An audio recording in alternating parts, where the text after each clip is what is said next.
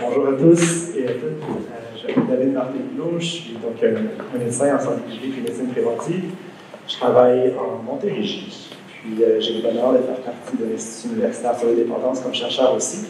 Et j'ai aussi le grand bonheur d'avoir un pied, ou plus qu'un pied peut-être dans le milieu communautaire. Je suis président de l'organisation qui s'appelle Médecins du Monde Canada, qui travaille avec différentes personnes qui sont précarisées, entre autres avec des personnes qui ont des problèmes de consommation de substances. Donc aujourd'hui, je mets vraiment mon chapeau de santé publique pour vous parler en fait, une façon de voir peut-être les alternatives à la prohibition. Vous allez voir, j'utilise beaucoup ce terme-là, alternative à la prohibition. Ça désigne en fait la décriminalisation des substances, de l'usage de substances. Ça désigne aussi la régulation par la légalisation de ces substances-là. Il n'y a pas seulement 3 modèles agressifs de prohibition, il y en a vraiment une multitude. Donc, bref, quand je parle d'alternative à la prohibition, je parle de tout ce qui n'est pas de la prohibition, comme on entend. Donc, d'abord, probablement que vous connaissez déjà ces enjeux ici. J'ai fait une sorte de. J'allais chercher, en fait, dans la littérature, certains enjeux de la prohibition. Bref, quelles sont les raisons pour lesquelles on devrait peut-être changer le cadre législatif ou le cadre de réglementation par rapport aux substances. Donc, la prohibition, on a pu voir, puis j'ai mis la référence en bas, The Alternative World Drug Report. Donc, un des enjeux de la prohibition, c'est bien sûr la stigmatisation des consommateurs et des consommatrices. Probablement un des plus importants enjeux, étant donné que ça a des répercussions monstres sur la vie de ces personnes-là, mais aussi sur l'utilisation des services. Donc, bref, quand une personne est réellement en détresse ou qu'elle cherche de l'aide, finalement, le fait qu'elle soit stigmatisée va compliquer grandement l'accès aux services. Puis même une fois que la personne sera rendue au service, malgré tous les obstacles, elle va être encore une fois probablement discriminée et les conséquences sur sa santé ne seront peut-être pas optimales. Dans un deuxième temps, le manque de contrôle de la qualité des substances consommées. On peut parler de contamination, donc on voit les surdoses justement, entre autres, aux opioïdes, parce que c'est des substances qui sont contaminées avec ces opioïdes-là, mais on peut voir aussi que le fait de réguler par la légalisation entraîne en fait un meilleur contrôle sur sa consommation, de par le fait qu'on peut tout simplement choisir la teneur en THC ou en d'autres ingrédients actifs qu'on voudrait dans une substance. Des coûts pour la société, des coûts en judiciarisation, des coûts indirects aussi de par toutes les personnes qui perdront en opportunité d'emploi, etc., de par le fait qu'elles sont criminalisées pour l'usage de substances. Un obstacle à la sécurité, ici, ça va assez des policiers dans la salle, des personnes qui représentent l'ordre, peut-être qu'ils vont avoir un petit grincement, mais en fait, on peut voir justement que la prohibition semble compliquer finalement la sécurité, pas seulement des personnes qui sont vulnérables, qui sont précaires de par le fait qu'elles ont été criminalisées, mais aussi de la société de façon plus générale. Entretien d'un marché criminel, pourquoi? Si on parlait d'une de ces alternatives-là, comme la légalisation, en fait, on se retrouve à donner le contrôle de production des substances à une entité légale plutôt qu'au marché noir. Donc, par le fait même, on pourrait dire que le fait de garder un système qui est de prohibition entretient ce marché criminel-là d'une certaine façon.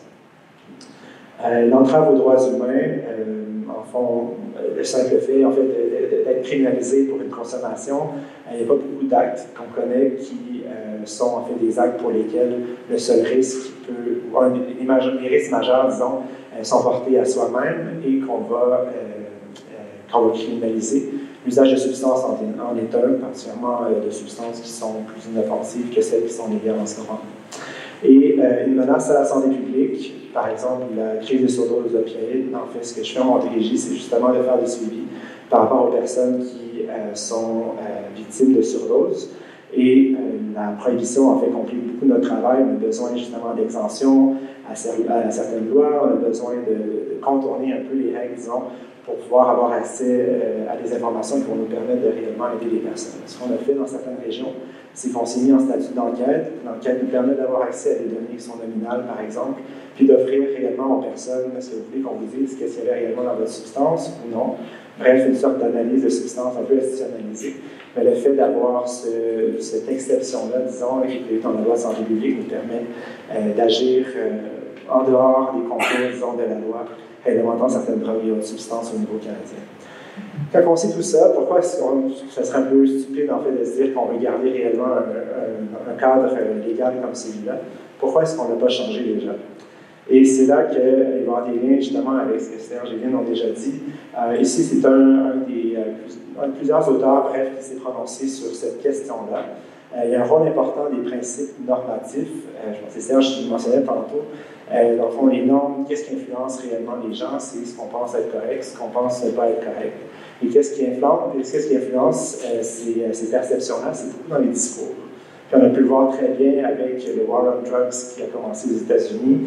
On entendait Nixon qui disait « I want a goddamn strong statement against the cannabis users ». Et de là est parti justement tout un apanage de produits culturels qui montrait une personne qui, après un joint, devenait une tueuse en série, etc. Donc, bref, le discours est extrêmement important et c'est pour ça que les mots aussi sont importants, comme le disait Lynn dans son discours. Et c'est pour ça, entre autres, que je parle de régulation par la légalisation et non de légalisation, parce que quand on parle de légalisation, simplement, les gens vont penser, comme c'était avec le cannabis, que dès le lendemain de légalisation, les gens vont commencer à s'injecter dans la rue, à tuer les gens, à faire des orgies en éphémère de partout. Bref, l'utilisation des mots qui influencent le discours dans une façon, dans un alignement qu'on souhaite, peut être judicieux dans ces situations-là. Mais donc, la communication rationnelle est systématiquement déformée par ceux qui ont le pouvoir social. Pourquoi?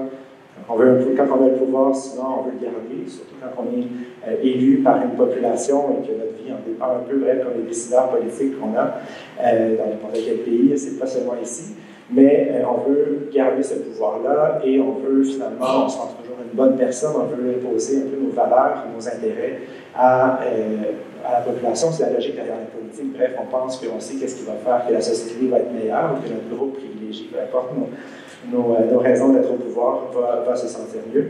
Donc, bref, les façons d'agir, nos discours vont être teintés de ces valeurs, de ces intérêts-là. Et donc, en conclusion, c'est possible que les lois et les règlements ne répondent pas vraiment à une logique rationnelle et qui est débattue publiquement. Même si on réussit à avoir des discours, ou on réussit à avoir des débats qui sont éclairés sur la question, finalement, qui décide? C'est les décideurs qui ont leurs propres idées, qui ont leurs propres valeurs. Donc, c'est un peu pour ça que je suis allé travailler avec Marie, en France, où j'ai étudié pas comment est-ce que les données probantes pouvaient être un argument pour pouvoir changer le modèle de régulation de substances, mais plutôt comment est-ce que les représentations sociales qu'on se fait des substances, des consommateurs, des modèles d'encadrement réellement influencent les cadres qui réglementent nos substances. Ma prémisse, en fait, c'était ça. C'était que qu'est-ce qui crée un obstacle au changement de politique, c'est davantage les représentations plutôt que les données, parce que les données, on en a tout plein qui montrent à quel point la prohibition ne fonctionne pas. Donc, ce que j'ai pu entendre, en fait, j'ai interrogé différentes personnes au Québec, au Royaume-Uni, en France, par rapport à pourquoi est-ce que vous gardez un modèle de prohibition, pourquoi est-ce que vous ne changez pas de modèle. Et ce qu'on nous disait, sinon, ce qu'on rapportait, c'était une préoccupation populationnelle.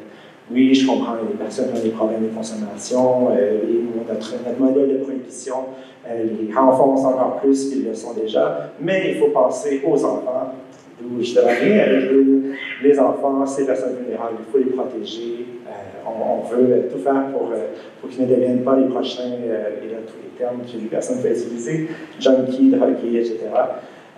C'était vraiment une des préoccupations principales des décideurs.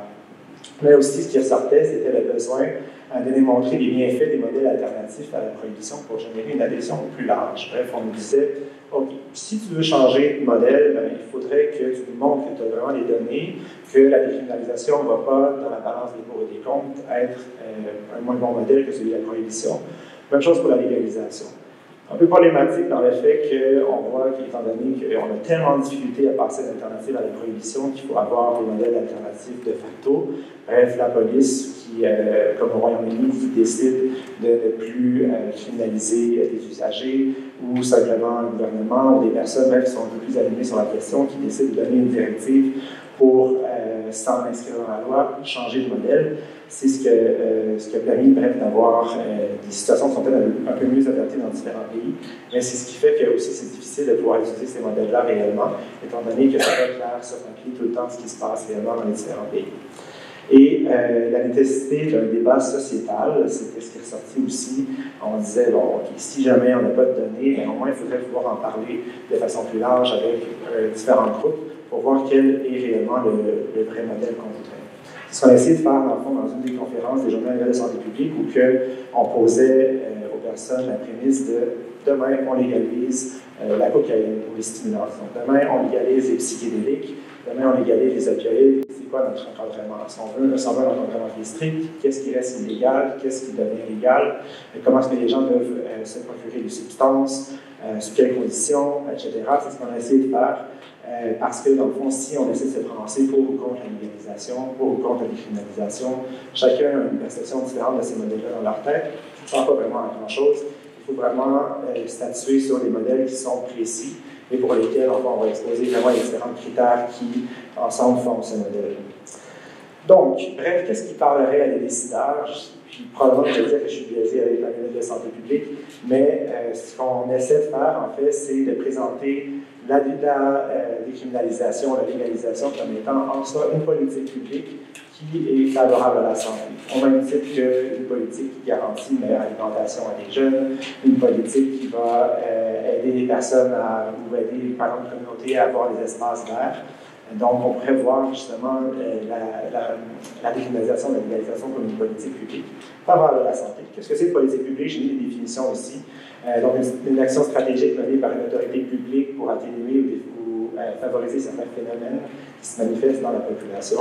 Bref, une personne décide, souvent c'est des décideurs politiques, d'un modèle d'encadrement, disons, ici dans notre exemple, qui va diminuer les effets négatifs de la politique. Favorable à la santé, il faut vraiment voir la santé comme étant un concept plus large que simplement la présence ou l'absence de maladie. J'aime souvent utiliser le mot bien-être plutôt que santé parce que ça réduit davantage les gens, puis c'est probablement plus proche de ce qui est réellement ce pourquoi on travaille en santé publique. Bref, le bien-être individuel, le bien-être physique, mental, psychologique, spirituel, etc., plutôt que simplement une santé ou une absence de santé.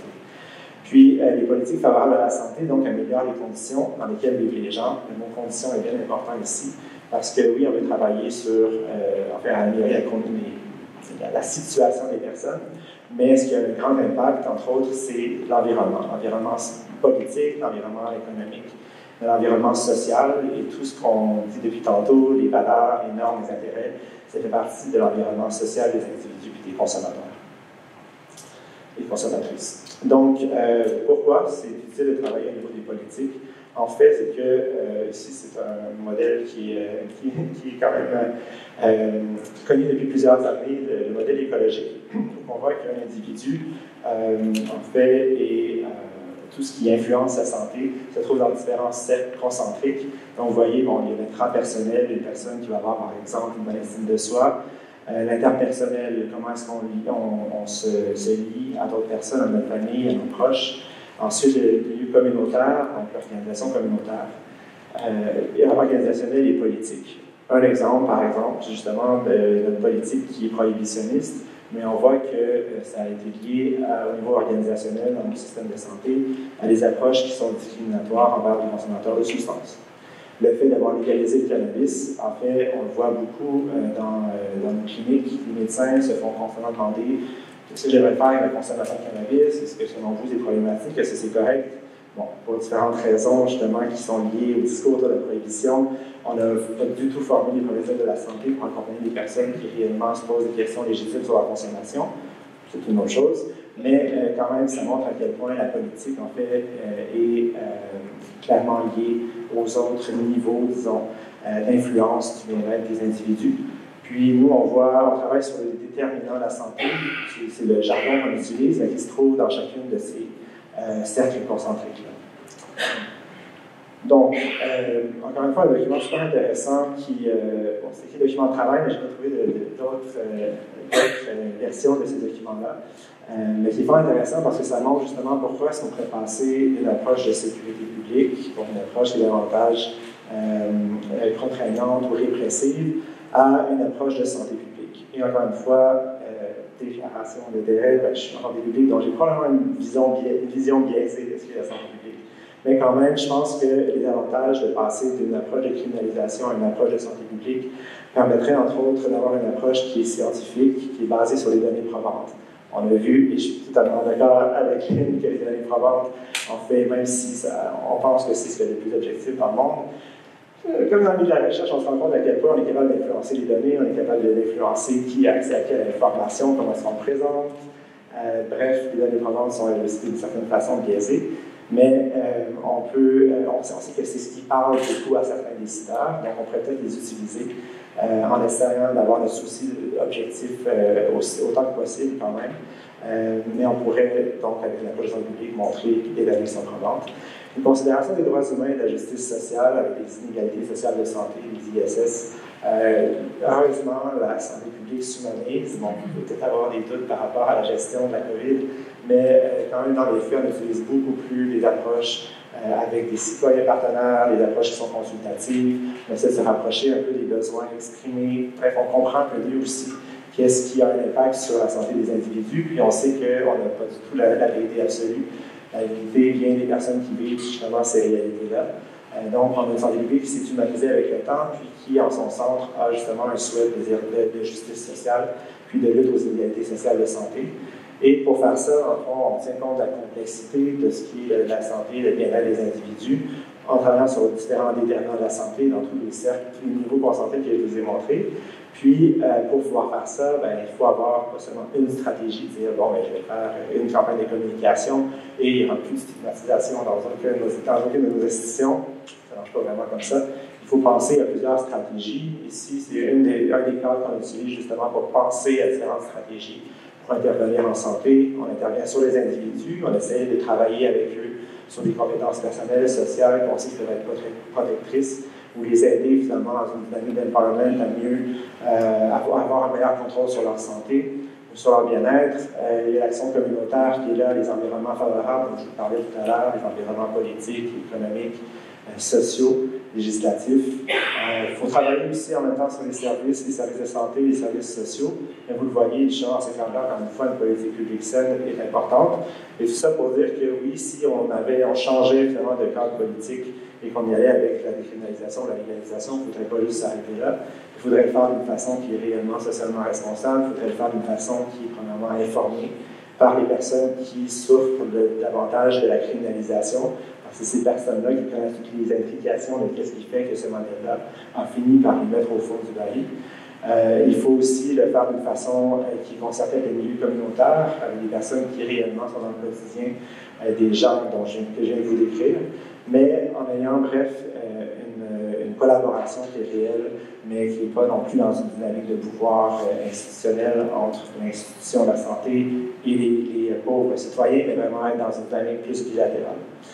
Mais attention, il y a des risques quand même, et encore une fois, tel le lien avec la COVID, donc avec la santé publique, il peut y avoir un paternalisme qui est possible, la fameuse je sais ce qui est bon pour toi, toi qui as un risque déviant.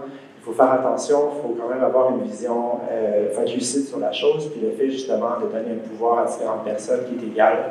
Donc, sur la santé publique, ça nous aide à nous faire confronter par d'autres personnes sur nos idées préconçues, nos biais, parce qu'on en a tous. Les dérives qui sont possibles, une vision qui est hygiéniste ou médico-centrée. On a par le passé utilisé justement le fameux docteur devant mon nom pour pouvoir essayer de changer les choses. On le voit entre autres avec la prescription, le Safer Supply, donc le fait de prescrire des substances un petit peu en dehors des règles de ce qui est prévu sur les ordres médicaux pour pouvoir aider les personnes qui malheureusement ne répondent pas au traitement de substitution. Ils continuent d'avoir des problèmes de dépendance. Donc, il y a des médecins qui sont un peu plus cowboys dans leur pratique de prescription et qui, finalement, c'est une autre façon de peut-être donner accès légal de par, justement, le saut médical à des substances d'une façon qui n'est pas vraiment planifiée dans notre système actuel. Et donc, pour finir,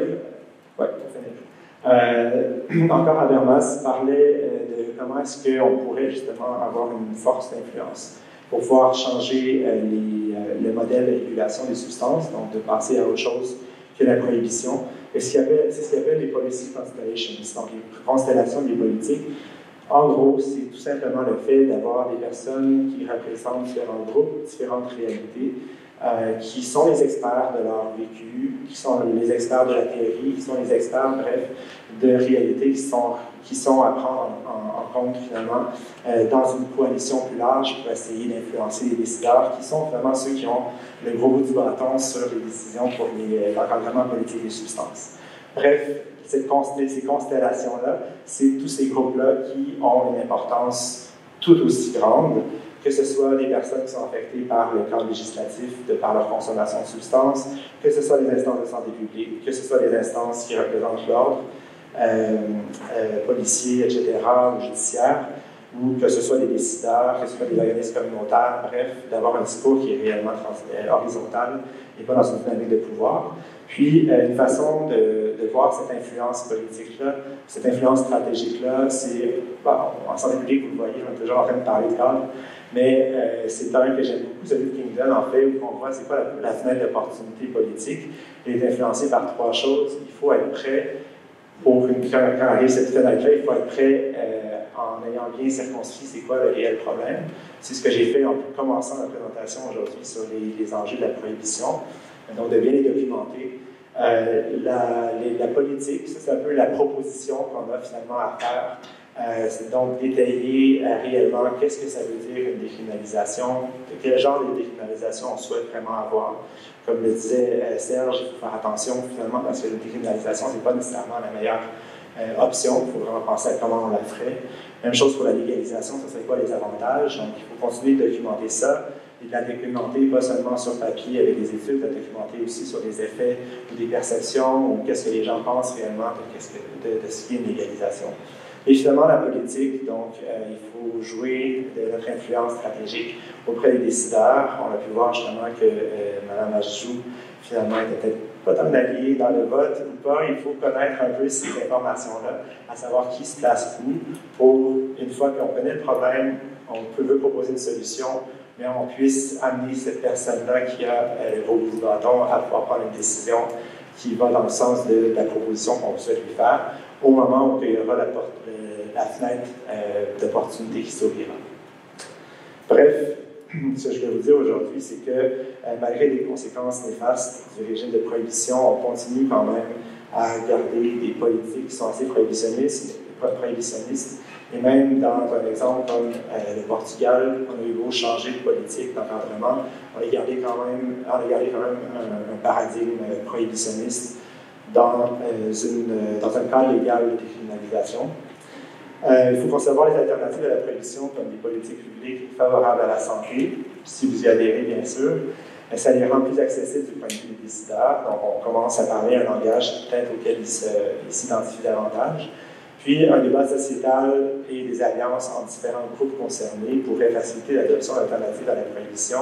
Et c'est un peu l'idée derrière la journée d'aujourd'hui, derrière le débat qui aura lieu ce soir, en fait, où on a voulu amener différentes personnes de différents milieux qui ont en soi chacun leur vérité, chacun leur réalité, pour parler des modèles alternatifs à la prohibition dans une dynamique de grand public, parce que justement, pour avoir une adhésion et une acceptabilité sociale plus large, il faut commencer à avoir ce discours-là.